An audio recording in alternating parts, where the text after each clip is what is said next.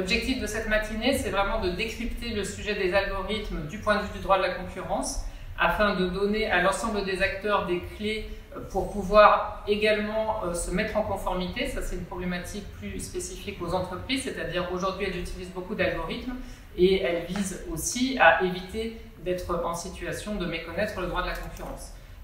L'un des autres objectifs que nous cherchons, c'est d'avoir aussi le retour du marché, du point de vue des acteurs qui seront présents à la fois dans les panels et dans la salle, puisque nous attendons un public qui sera très diversifié et qui nous permettra d'échanger avec non seulement des économistes, des juristes, mais aussi des parlementaires et des représentants des pouvoirs publics qui ont également une stratégie à développer en matière d'algorithmes.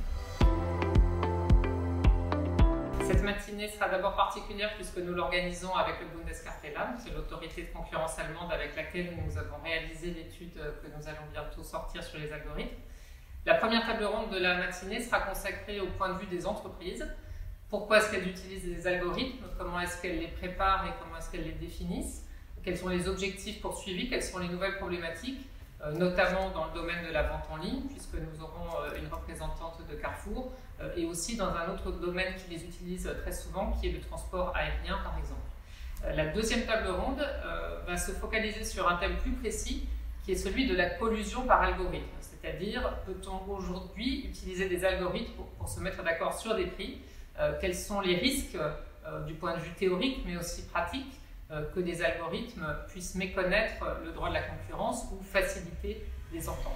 Donc ce thème sera abordé à la fois du point de vue de la théorie économique, mais aussi du point de vue juridique.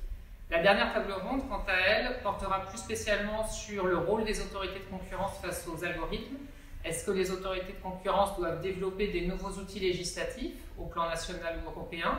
Est-ce qu'il leur faut développer de nouvelles compétences en termes de ressources humaines pour pouvoir investiguer les algorithmes? Et quelles sont les priorités qu'elles se donnent en la matière?